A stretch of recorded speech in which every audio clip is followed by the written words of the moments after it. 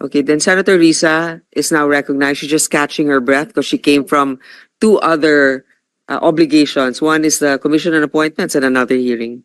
Thank you. Salamat po, Chair, at magandang hapon po sa lahat, mga kasama ko sa Senado at yung OVP family. Dalawang tanong lang po, Chair, para ngayong araw. Una po, I note that a huge chunk of the OVP's 2025 operations budget, 1.909 billion pesos, will be used for the delivery of socio-economic programs, such as one, medical and burial assistance program. This supplements other healthcare programs of the government to assist indigent individuals and families. For 2025, 771.445 million will be allocated for the program. Sa loob niyan, 600 million pesos for medical assistance and 171.445 million for burial assistance, which are, Madam Chair, very similar to the medical assistance to indigent or financially incapacitated patients program o MAIF-IP of the DOH. And DSWDs, Assistance for Individuals in Crisis Situations, or AICS. Pangalawa, disaster operations, which aims to provide relief goods to disaster-stricken areas not commonly reached by other agencies. Para doon, 101.644 million pesos. And is also similar doon naman sa disaster risk management program of the DSWD. Third, relief for individuals in crisis and emergencies, or providing food boxes or food items to families who are ineligible for OVP's other services, so 50 million pesos, which is also similar to DSWD's AICS. And last, Magnegosyo Taday, livelihood assistance for those with entrepreneurial skills, 150 million pesos, which is also similar to DOLE's naman, Integrated Livelihood Program o DLIP. So, ang tanong ko po dito, Madam Chair, anong nag-lead sa OVP na mag-consider na i-launch yung ganitong programs? May ginawa bang studies para suportahan yung pagkakaroon ng ganitong programs na parallel naman sa katulad at existing programs ng iba't iba nating line agencies, Madam Chair? Yes, Madam Chair. Thank you. Noong ako po ay nangampanya, tatlo lang po yung sinabi ko na plataforma. Una po, trabaho. Pangalawa po, edukasyon. At tatlo, mapayapang pamumuhay para sa ating mga mamamayan. Nung pumasok po kami sa Office of the Vice President, tiningnan po namin ang mga pinakamaraming requests ng ating mga kababayan. Una-una po, ang lagi po naming natatanggap na request ay medical and burial assistance. Pangalawa po ay financial assistance. Pangatlo, lagi silang humihingi ng tulong sa pagkain. At pang-apat, very recently sa tali ng mga requests, no?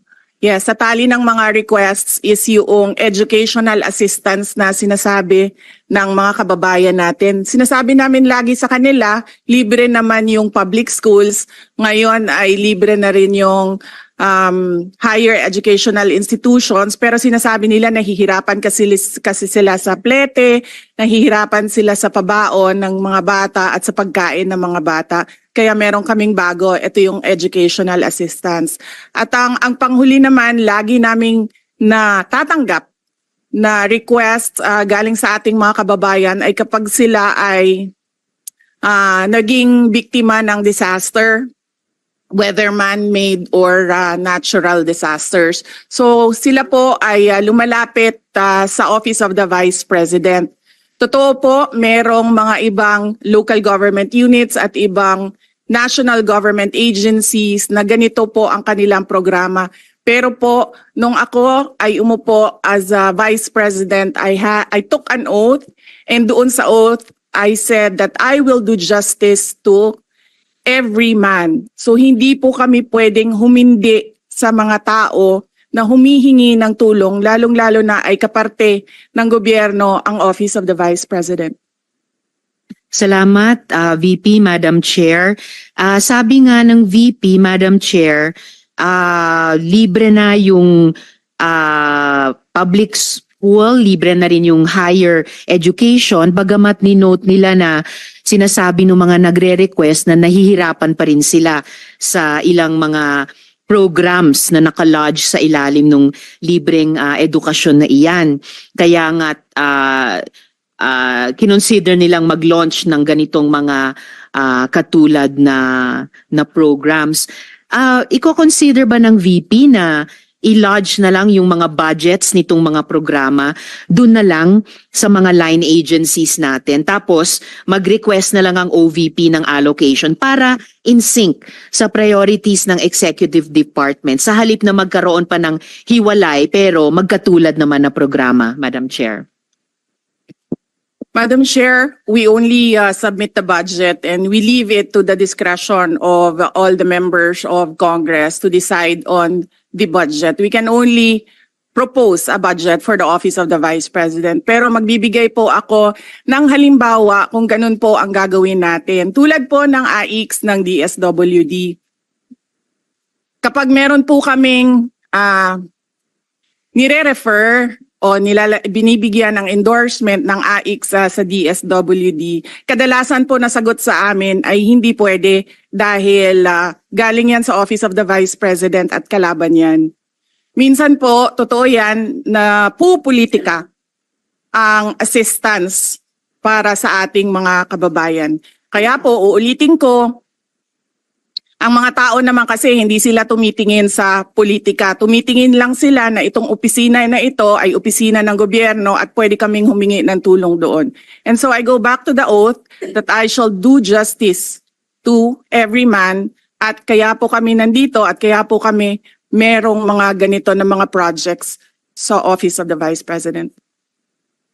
Salamat VP, Madam Chair. Wini-welcome ko yung sinabi nila na the VP would leave it to the discretion of the members of Congress. Medyo nagitla ako nung sinabing minsan pag may nire-refer ang OVP para sa AIX, ang feedback ay kalaban niyan. Dahil Madam Chair, I believe tayo sa Kongreso when we appropriate the budget, merong implicit na assumption tayo doon na pagkatapos, in the exercise of our oversight function, yung parehong level ng professionalism we demand of ourselves ay presumption of regularity, ina-expect natin sa lahat ng members ng executive, lalo na when they are working together. Kaya, gaya ng sinabi ko kanina, wini-welcome ko yung sinabi ni VP na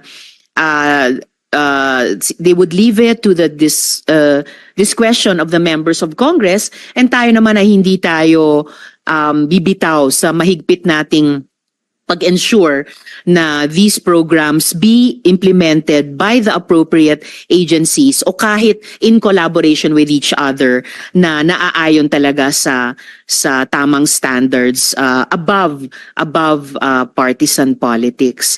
And therefore, at the proper time, Madam Chair, gagawa ako ng proper motion para i-lodge yung budgets ng mga programang ito sa line agencies na may klarong opportunity for OVP na mag-request for allocation as for other offices in the executive. Yung huling tanong ko sa ngayon, Madam Chair, for 2025, one of the OVP's programs, Pagbabago Campaign, 1 Million Learners and Trees, involves the provision of bags to 1 million learners in remote communities while initiating tree planting activities. This gets an appropriation of 100 million pesos.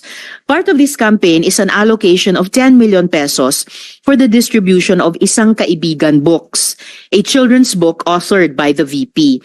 Pwede po bang sabihin ni VP sa atin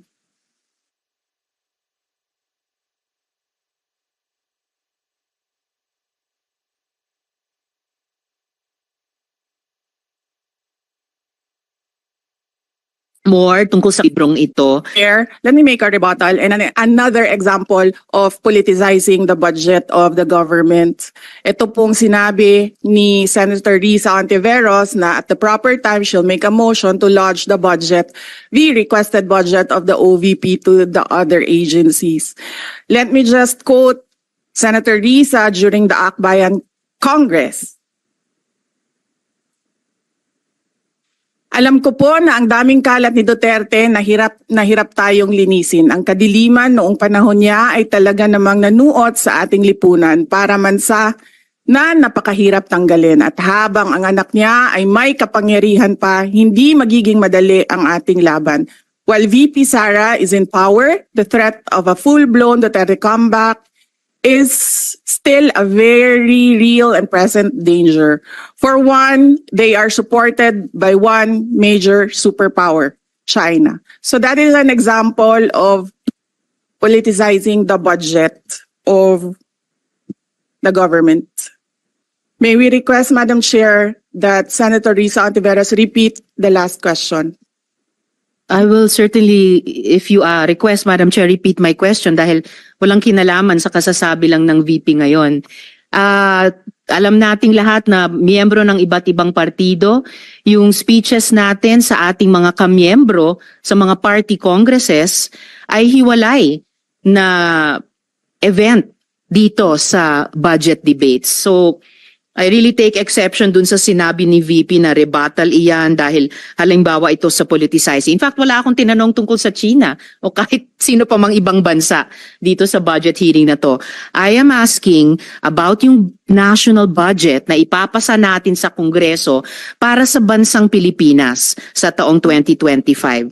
At ang pangalawang at huling tanong ko sa ngayon, before I make at the proper time propose an amendment which may or may not be accepted by the chair and by the colleagues para nga mas i-align ang mga kaperahan natin lalo na't masikip ang fiscal space natin dun sa mga appropriate programs sa appropriate agencies na malayang-malaya ang OVP makipag-partner sa kanila tulad ng sino pang opisina sa executive. Ang tanong ko po ay ilang mga libro ng isang kaibigan ay bibilihin at i-distribute at ano, if the VP could tell us more about the contents ng librong ito. Madam Chair. Madam Chair, the book is not for sale. We only pay for the publication of the book. And we will send Senator Ontiveros a copy so that she will know what is the content of the book. Oh, this question is not only for me, Madam Chair, para rin para sa mga kasama dito sa budget hearing. Baka ilang araw pa bago mapadala at mabasa ko, which I certainly will. But I am asking a question bilang isang mambabatas sa head of agency ng isang opisina sa executive dito sa budget hearing na to. Simpleng tanong. Tell us more about the book, isang kaibigan, at ilang kopya nito ang bibilihin ng gobyerno sa halagang 10 milyong piso at i-distribute sa kasama ng mga bags sa 1 million learners sa remote communities. Madam Chair. Madam Chair, this is an example of politicizing the budget hearing through the questions of a senator. Ang problema niya kasi, nakalagay yung pangalan ko doon sa libro. At yung libro na yan, ibibigay namin doon sa mga bata. At yung mga bata na yan, may mga magulang na boboto. At yung pangalan ko ay nagkalat doon sa kung saan man ibibigay yung libro. Madam Chair, we commit to send tomorrow everyone in this room a copy of the book. Madam Chair, hindi ko maintindihan yung ugali ng ating resource person. It is a simple question. Paulit-ulit na this is politicizing. Ang VP ang nagbanggit ng salitang boboto. Wala akong sinabing boboto. I'm simply asking, hindi ko ma-imagine we're making so much trouble, so much fuss about a 10 million peso item na itinatanong ko lang simpleng, what is the book about? At ilang kopya ang bibilihin ng gobyerno sa halagang 10 milyong piso at i-distribute. I don't appreciate this kind of attitude, Madam Chair. Usually, ang resource persons natin ay nagbibigay ng parehong institutional courtesy sa legislature na ibinibigay natin sa executive. I don't appreciate this kind of attitude. Tolentino, do you have Madam Chair? Madam Chair. Yes, Madam Chair. Hindi ko rin maintindihan ang ugali ni Senator Risa Ontiveros. And I do not appreciate, ano yung sinabi niya? I do not appreciate this kind of behavior and attitude. Madam Chair, noong 2016, tumatakbo si Senator Risa Ontiveros na senator, nakailang talo na siya. So, Dalawa, Madam Chair. okay, dalawa. Natatakot siya sa pangatlong talo niya, kaya pumunta siya sa Davao. Humingi siya ng tulong. Tinulungan siya ng isang kagawad ng Davao na ngayon hindi na siya sinusuportahan. Humingi siya ng tulong sa akin, thinking na hindi mananalo si President Rodrigo Duterte. Kinausap niya ako ng kinausap doon sa law office ko sa Davao City. Sabi ko sa kanya, o sige, tutulungan kita. Chinika niya ako ng chinika. Tapos umalis siya. Siyempre, hindi naman siya tumutulong kay Pangulong Duterte. Hindi din totoo yung sinabi ko na tutulungan kita. Tinext niya ako. Pwede ba akong mag-follow up sa hinihingi kong tulong sa boto dyan sa Davao City? So sabi ko sa kanya, okay, sige. So, tinawagan ko at sinabihan ko at pinakiusapan ko ng pinakiusapan si former Congressman Milen Garcia. Sabi ko sa kanya, Kong, tulungan mo ito. Bigyan mo na lang ng ilang barangay mo at ilang mga leaders mo. Ayaw pa siya tulungan ni former Congressman Milen Garcia. Pinakiusapan ko ulit, Kong, please tulungan mo na lang. Nanalo na siya at nung nanalo siya, anong ginawa niya? Siya ang pinakaunang umatake kay President Rodrigo Duterte. Anong tawag sa ugaling ganito?